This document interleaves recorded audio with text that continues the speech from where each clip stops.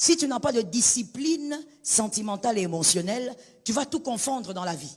Et tu auras des problèmes avec des gens, des problèmes que tu pouvais éviter. Il y a des gens que tu risques de perdre parce que tu as confondu ces choses-là. Mais quand on vit dans la discipline selon les respects des interdits, on développe au fait une stabilité émotionnelle. On comprend que dans la vie, il y a plusieurs amours. Que quelqu'un me dise, il y a plusieurs amours. Écoutez Léonel, dans la vie, il y a des gens que vous allez rencontrer pour les aimer avec beaucoup d'estime.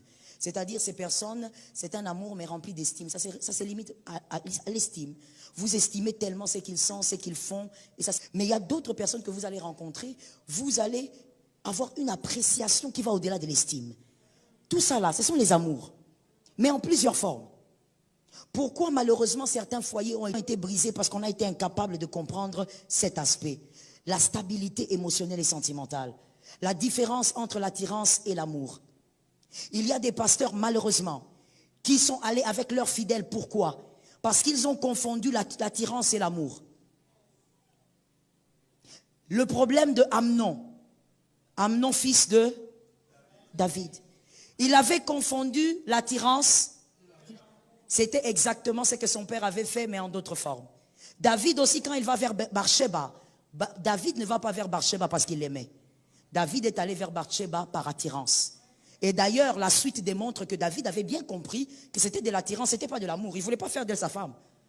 Il a même dit à Uri, rentre, quand il a appris que la femme était enceinte. Parce qu'il ne voulait pas briser ce foyer. Il avait seulement une attirance sexuelle.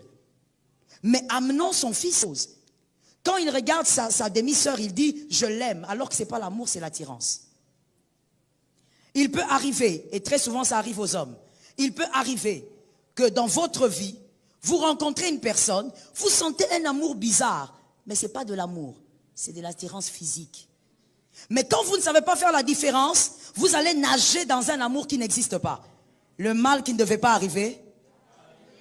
Parce qu'à chaque fois, retiens pour la vie, à chaque fois que tu dis « j'aime », tu deviens faible.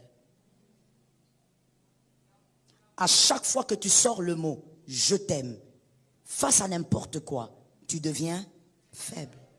Et donc, le mal arrive sans que toi tu le voies. J'ai parlé dernièrement avec une sœur qui me disait, je ne me suis pas rendu compte que mon pasteur allait coucher avec moi. Il dit, comment tu t'es pas rendu compte? Non, je n'ai pas compris comment c'est arrivé. Le problème c'est quoi? Elle a confondu l'attirance et l'amour. Elle était dans l'attirance, mais elle pensait que c'était l'amour pour son papa. Quand on n'est pas discipliné, on ne va pas stabiliser ça. Voilà pourquoi il faut être discipliné. Et quand je parle, je t'interdis de penser que je ne m'adresse pas à toi. Parce que c'est quelque chose qui arrive à tout humain. Oui. Fais la différence. La différence, comment elle arrive? En posant des règles de discipline. Tu regardes, tu dis, c'est que je ressens pour Léonel. Non, ce n'est pas de l'amour. C'est de l'attirance. Alors je dois corriger ça. Et ça t'épargne le danger. Ça t'épargne le mal. Et je veux même vous dire, voilà pourquoi, malheureusement, je ne le dis pas avec gaieté de cœur, j'en parle parce que je dois donner des exemples. Malheureusement, voilà pourquoi beaucoup de filles dans l'église ont été abusées par leur pasteur. Mais à chaque fois que tu parles avec ces gens de filles, elle te dira, je ne sais pas comment ça s'est passé, mais je ne lui en veux pas. Mais comment quelqu'un qui t'a fait ça, tu ne lui en veux pas? Parce qu'au départ, il n'y avait pas la démarcation entre l'amour et l'attirance. Parce qu'en réalité, la ligne, elle est très mince. Est-ce que quelqu'un m'entend? Parce que cette attirance crée une forme d'amour. Mais ce n'est pas de l'amour. Je veux te dire quelque chose que tu dois retenir pour la vie. Là où il y a de l'amour, ne soyez pas dérangés, hein, parce que je cite tout le temps son nom, c'est parce qu'il est devant moi. Là où il y a tout le temps de l'amour, monsieur Léonel, s'il n'y a plus d'attirance, on peut faire renaître l'attirance. Mais là où il y a l'attirance sans amour, il est difficile que l'amour naisse. C'est que toi tu vas croire que c'est l'amour là, c'est pas l'amour. Vous êtes attiré physiquement, c'est pas l'amour. Non mais moi j'aime quand il parle, oui, tu es attiré, mais ce n'est pas de l'amour. Et quand ce n'est pas de l'amour, cette attirance va finir par s'éteindre. Au fur et à mesure les années passent, Cette attirance va commencer, surtout si vous êtes dans une relation ambiguë, sale, s'éteindre. Parce que ce n'est rien de solide. Mais la discipline dans les interdits te permet de veiller sur les bornes. Est-ce que quelqu'un m'entend? Je veux que les femmes me donnent un amen. Généralement, la femme, et de toutes les manières, il n'y a rien de nouveau. Elle a commencé avec ça depuis les jardins d'Éden. La femme même jouait avec le feu. La femme même jouait avec les choses en réalité pour lesquelles il ne faut pas jouer. La femme même badinait là où on ne badine pas. Sur le sable mouvant, la femme même jouait là-bas. Ça veut dire qu'une femme peut sentir que cet homme-là, il a des émotions ou des sentiments pour moi et que ces sentiments-là ne sont pas clairs. Mais la femme va jouer avec ça. Attention, ma soeur, ça peut t'amener très loin. Et quand je dis très loin, il y a quelqu'un qui dit, maman, non, je ne veux pas aller avec lui dans l'intimité. Ce qui est grave n'est pas seulement d'aller avec quelqu'un dans l'intimité. Si toi tu as toujours cru que c'est ça qui est grave, c'est que tu es loin du compte. Ça peut te créer des problèmes dans la vie. Lorsque tu sens que quelqu'un n'a pas des émotions stables et que toi-même tu n'as pas des émotions, sois loin. Je discutais dernièrement avec mon mari sur certaines émotions psychologiques et voici ce que nous avons compris. Que mon frère, tu dois connaître de quelle maladie tu souffres. De quelle maladie émotionnelle tu souffres. Est-ce que tu désires, est-ce que tu as un problème, par exemple, d'affection? Est-ce que tu as grandi avec l'affection de ton papa? Si tu n'as pas grandi avec, c'est que tu as un problème d'affection. Alors tu dois maintenant savoir que tes gens de maladies-là, tu dois éviter de te rapprocher trop près d'un homme qui t'aime beaucoup. Quand tu te rapproches trop d'un homme qui t'aime beaucoup, qui n'est pas ton mari, tu es en train de t'exposer. Parce que tu as déjà un manque. Et donc quand tu seras en train d'aller au-delà de la ligne, tu ne vas même pas réaliser que tu es au-delà de la ligne. Parce que tu confonds attraction et amour. Tu as besoin de l'affection de maman. Tu n'as pas connu ta maman. Ta maman peut-être ne t'a pas assez aimé. Alors attention, tu dois connaître ta maladie. Ne t'approche pas trop d'une personne aussi qui est malade. Sinon vous allez être à deux et vous allez faire des repentances du genre, Seigneur, on ne sait pas comment on est arrivé ici. Seigneur, toi-même tu sais. Il sait quoi? Il ne sait pas. Il faut donc vivre dans la discipline pour créer un ordre dans toutes ces choses. Est-ce que quelqu'un m'entend bien? Et tu dois aussi être discipliné au niveau de tes émotions. Les émotions viennent, partent. Donc tu dois savoir comment les gérer. Lorsque tu es trop triste, apprends comment gérer parce que ça va passer. Lorsque tu es très fâché, sache comment gérer parce que ça va passer, tu vas redescendre.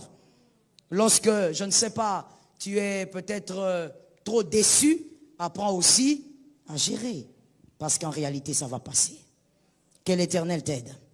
Je finis par la discipline sociale. Aimer tout le monde est un bonheur. Qui a dit Amen? Aimer tout le monde est un bonheur. Vivre avec tout le monde est une imprudence. Aimer tout le monde est un bonheur qu'il faut absolument expérimenter.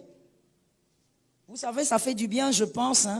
Ça fait du bien d'être dans son coin et de savoir que tu n'as de problème avec personne. En tout cas, à ton niveau. Les gens auront toujours des problèmes avec toi, mais tu es dans ta chambre, tu te dis, donc comme moi je suis là, il n'y a pas quelqu'un que je peux bloquer. Ça fait du bien. Ça soulage, ça te rend un peu léger, au lieu d'avoir dans ton téléphone 10 personnes que tu as déjà bloquées. Et tu es sur le point de bloquer le 11e. Ça veut dire que tu as trop de problèmes.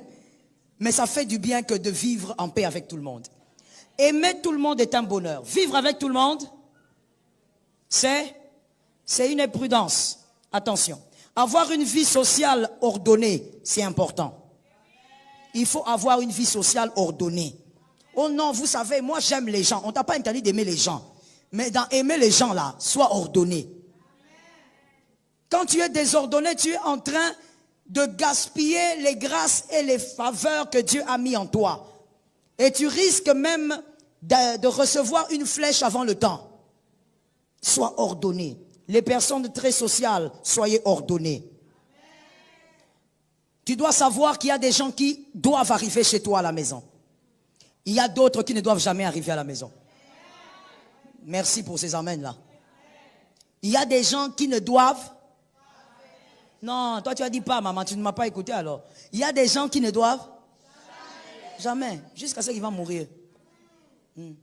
Avec lui, vous voyez seulement à l'église. Bonjour mon frère, vous allez bien? Merci. Toute la vie. Avec lui, vous voyez seulement dans les réunions des familles. Bonjour maman, ça va? Oui, ça va mon fils. Alléluia. Oh non, je voulais venir prendre les sacs derrière la maison. Maman, ne t'en fais pas, je vais t'envoyer les taxis. Il y a des gens avec qui il faut vivre comme ça, qui n'arrivent pas à la maison. D'autres arrivent à la maison. D'autres, on se limite au travail. Tu es collègue de travail. Vous savez surtout, je parle à quelqu'un. Un homme peut me donner un amen. Vous savez, surtout les gens, je parle aux hommes, surtout ces amis-là, ces collègues-là, qui, quand il arrive chez toi, il commence seulement à parler à ta femme. Frère, tu es arrivé à la maison. Pourquoi tu causes seulement beaucoup avec ma femme? Mais ça m'étonne, il y a des hommes, en fait, ça vous dérange pas, vous êtes gentils, hein? Que Dieu vous bénisse les gentils maris. Il arrive chez toi, il est comme le serpent. La femme est là, l'homme est là, Adam est là, mais le serpent ne parle pas à Adam. N'est-ce pas qu'on a dit qu'il était à côté? Mais il est seulement en train de... Tu vois un collègue de service, ah, mon frère, je viendrai chez toi ce soir en tout cas, qu'on regarde un peu le match. Toi aussi, ah oui, il faut venir. Mais quand il vient, il ne regarde pas le match. Il est seulement... Le match se trouve là-bas. Ta femme est dans la cuisine, lui il est à la porte de la cuisine. Ah, c'est vrai. Le match se passe là-bas, toi tu ris avec la femme dans la cuisine. Des gens bizarres, qui un jour peuvent te créer des problèmes. Mon frère, tu sais, tu en ris, mais écoute, des fois on règle des problèmes pour des choses comme ça. Et tu vas constater qu'après 4 mois, la femme commence à donner des exemples. Pourquoi tu n'es pas comme ton ami? Pourquoi tu n'es pas comme ton ami? La référence est devenue? Il faut éviter les choses des fois avec la sagesse, simplement. Il y a des gens, tu les rencontres seulement au travail. D'autres, ça se limite à l'église. Un autre à l'arrêt de bus. Et chaque 7 heures, on se voit à l'arrêt de bus, on reste là. Oh non, maman, je t'accompagne. Tu m'accompagnes où? Toi, tu restes à l'arrêt de bus. Il faut organiser ta vie sociale pour ne pas subir certains chocs de main. Ce que tu peux éviter, évite. Attention avec les amis toxiques de l'enfance. Ces amis d'enfance-là, parmi eux, il y a des bonnes personnes, mais des fois, il y a des gens qui sont là pour te rappeler que toi, comme tu étais là, tu te promenais avec une culotte déchirée.